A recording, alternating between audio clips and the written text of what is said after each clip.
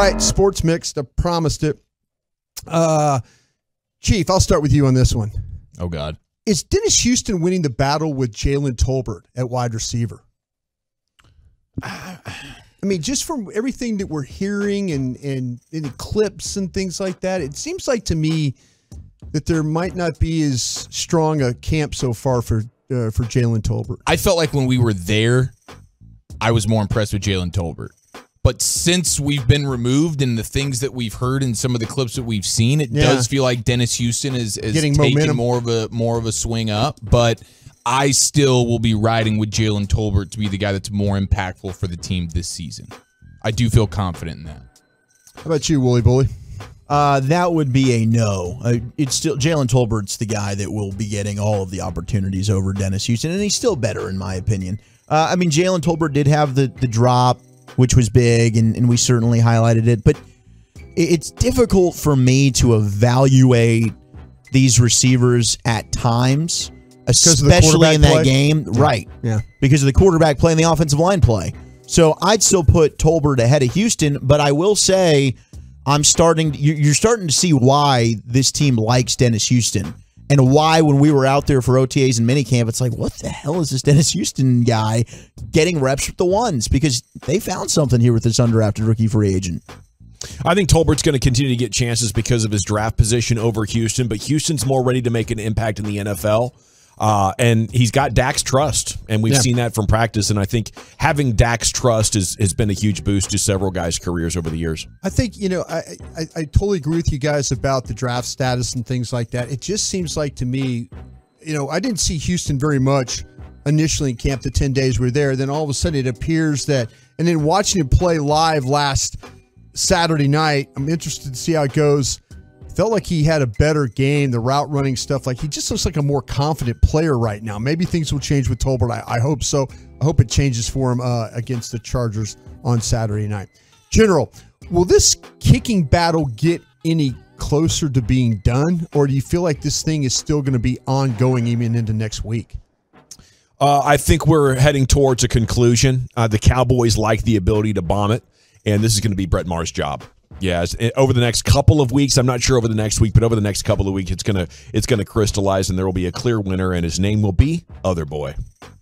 I think it'll come down to some of the final cuts before we really know for sure who that final kicker is. I think they're gonna let these guys kick it out, and because neither one of them has really pulled away, it's not like there's a clear cut guy who's winning the competition right now. I think they're gonna ride it out until they have no choice but to make a decision.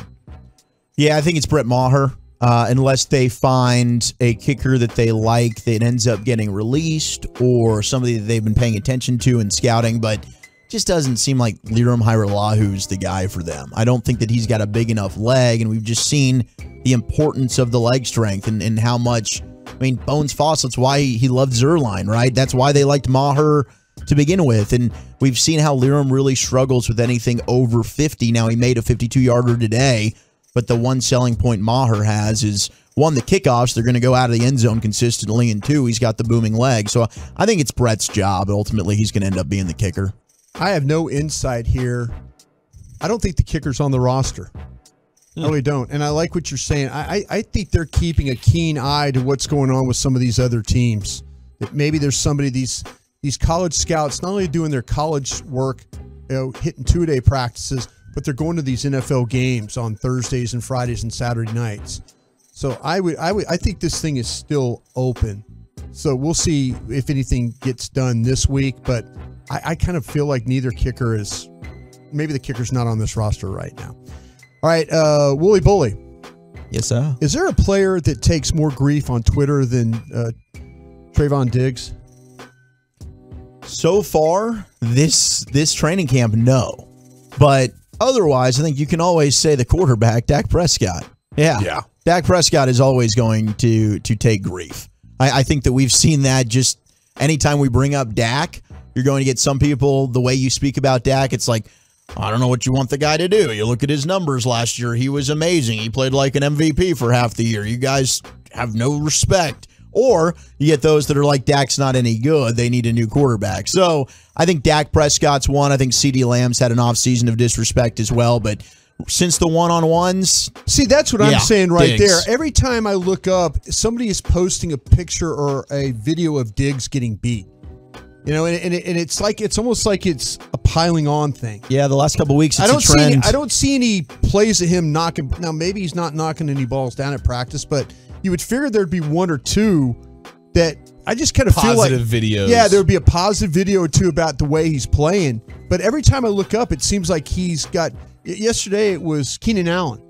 Because, you know, it caught a touchdown pass on him and his back was turned to the play and all that. So I wonder about that at times. Well, I think it all started during the season last year when Pro Football Focus every week was tweeting out all their stuff on him. And Pro Football Focus, for as many interceptions and highlight plays as Trayvon Diggs was having, was constantly tweeting out about how he's one of their lowest ranked corners and all that kind of stuff. And that was generating a lot of Twitter and social media conversation. And it really is a divide. Some people love him, some people hate him because he's a polarizing boomer bust kind of player. So it started during, I think, with Pro Football Focus and them tweeting out during the season last year, and then now you're seeing the videos pop up in training camp, and it's just reinforcing the opinion from everybody who was like, yeah, Trayvon Diggs does suck. You know what's funny is Pro Football Focus tweaked their formula, and now it has Diggs as the second best corner in the NFL last year. They don't know what's going They had on. one of the computers was plugged into the wrong. It was the yellow and the green. They switched them, and then boom, it changed everything. You know, Diggs is going to be an amazing, exciting player for us, but it's real. He's both. You take the good, you take the bad. Okay. And real quick here, if I could, You got some facts of life, bro. You got it, buddy.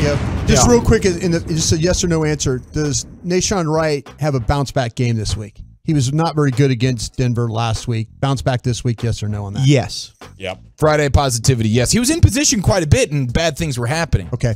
He's on his way. Got you. I'll say that. There you go.